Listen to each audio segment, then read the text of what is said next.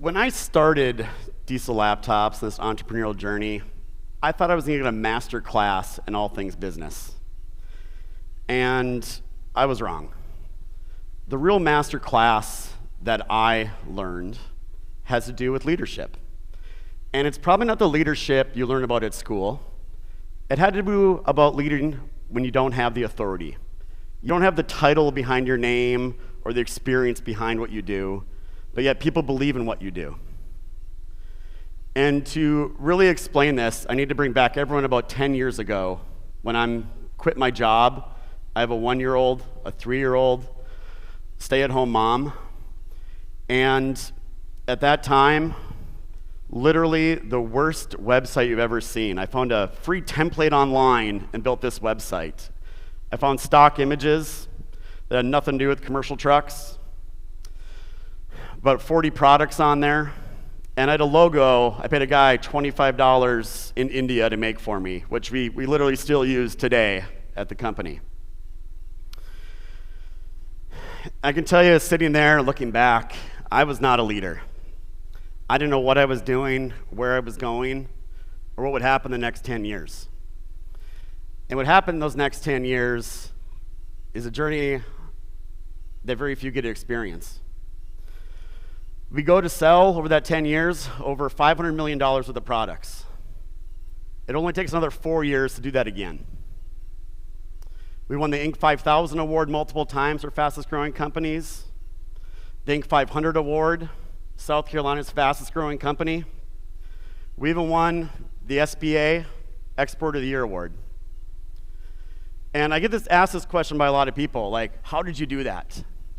Because not only did we grow really fast, but we did it the hard way. We didn't take on debt, and we didn't take on investors. Literally took $1,000 and just kept doubling down with every profit we made to keep growing the company as we went. So I'm gonna tell everybody what the secret is on how that happened. It had nothing to do with me. It had everything to do with the people in the company that stepped up when they weren't even asked to do it.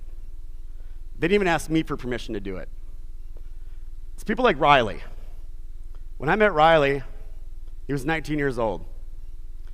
Riley had been bullied in high school, dropped out, decided to get his GED, and I found him working at a pizza shop when I first met him. Well, that young man later on would get us to the point where he was responsible for every single product that shipped out the door and millions of dollars in inventory. And he'd have multiple people reporting to him, some 3 times his age. We have a kindergarten teacher, an assistant teacher, who quit her job to take one of the lowest levels in our company, which is data entry. Within several years, she was actually running that division of our company, which, by the way, she tells us all the time, working with a bunch of kindergartners prepared her very well for working with a bunch of adult men. My executive assistant that came to work for me from a trusted person. She had no sales experience, no management experience. Yet within a couple of years, she'd be running our major sales organizations in our company, responsible for 2/3 of our revenue. And these stories are all inside Diesel Laptops and been played out time and time again. So when people ask, how did Diesel Laptops grow so fast? It's because I have people like that. They didn't wait for me to tap on the shoulder and give them a title. Because honestly, back then, we were growing so fast, we were a mess. Doubling revenue every 12 months, moving to a new building every 18 months. My HR department was such a mess, I didn't even know who I hired. She ended up getting arrested in handcuffs for embezzling money from me. We didn't have time to update org charts and tap people and try to figure things out. It was literally shoot from the hip and let's go. So having people like that in the organization is what led to the big idea, right? Leadership without authority. It's about inspiring, it's about guiding, and it's about motivating people to get where you want them to be, and you do that through trust, example, and purpose. And they don't need the title to do it, they didn't need permission to do it. Because when you're a small company, it's really easy. You wanna grow your business, you wanna solve problems, you just work harder. I did it. You get up early, you work through your lunches, you stay late, you do what needs to be done to make it go. But when your company hits a certain size, what you quickly realize is authority doesn't scale. I couldn't bring people in and say, you're in charge, go figure it out. But what did scale was influence. And there's a big difference. The difference is when you have authority, people obey you. When you have influence, people believe in you. And when people believe in you, you get an entirely different set of results and actions and output from the people around you. And the other thing with this too is it crosses their lane. So people inside your company all of a sudden are having this influence. It's not just in their department, in their little world. It gets spread throughout the company and becomes part of the culture. So I'm going to walk everyone through the 3 things that I really believe lead people to do this and how to do it. This is the blueprint to have influence. And not only will it help the people you work with and around you, but it'll bring your career and your professional life to an entirely new place as well, because I've seen it happen time and time again. All right? So let's put the pieces of the puzzle together here. To build influence, piece number 1 is trust. Right? So what is trust? Well, trust means people come to you and they believe in you. They value you. How do you build trust with somebody? Well, I can tell you this. Trust is a choice people make in you. You can't walk in a room and expect people to trust you. They have to have a reason to trust you. So let's put the pieces together to build that piece as well. Number 1, consistency. And there's the consistency where you show up every day and you do the things you're going to do and you say the things you're going to do. But what that really is when you're consistent, is you have a pattern. And consistent people can sometimes be the most unbelievably boring people, but they're consistent. You know what you're going to get when you have a conversation with them. You know where they're going to be. And people recognize patterns, and they're not going to be all over the map. So consistency is a big piece of it. But you sometimes have people that are consistently bad or consistently selfish. So there's more to it than just consistency. And the next important piece of that is honesty. People will say they want honesty. And what people really say when they say that is they want comforting honesty. Right? They want that honesty that's not really rough around the edges. It's a little massaged, and it makes them feel better about what they're asking about, right? That's not the honesty I'm talking about here.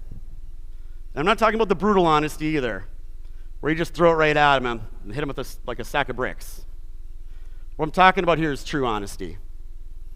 Really telling people how you feel about a situation. When you're in a meeting and you don't know the answer to something and somebody asks you, you don't make it up. You just say, I don't know. When you're talking to someone about something you don't understand, you don't nod your head in agreement. That's comforting honesty. But true honesty is saying, I don't understand what you mean. Please explain that to me a little bit better. And when people ask you a question, you tell them how you really think and how you really feel about that and what you believe about it. Because people know the difference between comforting honesty and true honesty, and they'll come to respect you more when you give them true honesty.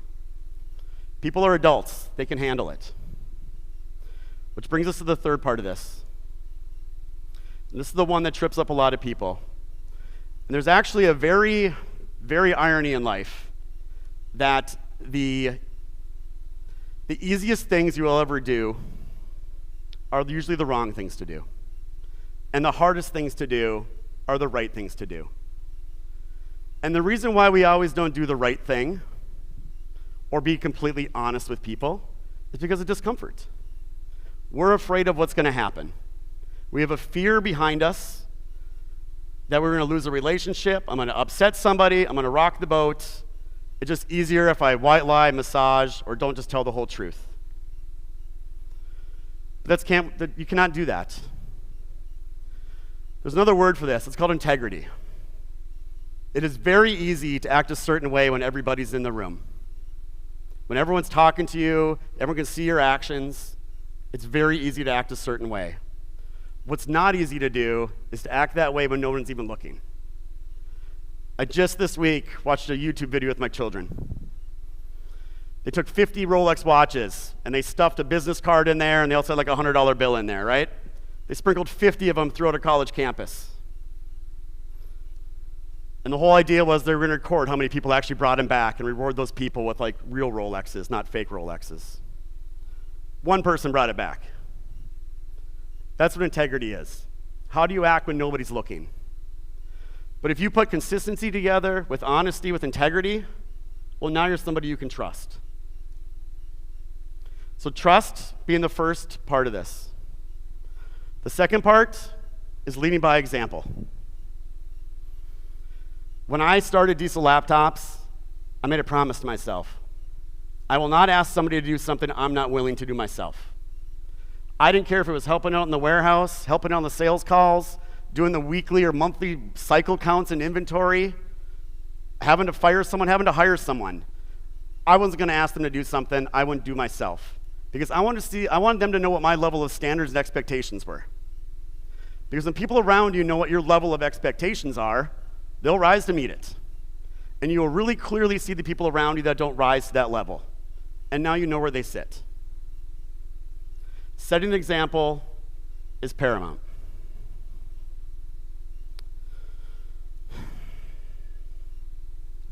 The third piece of this whole puzzle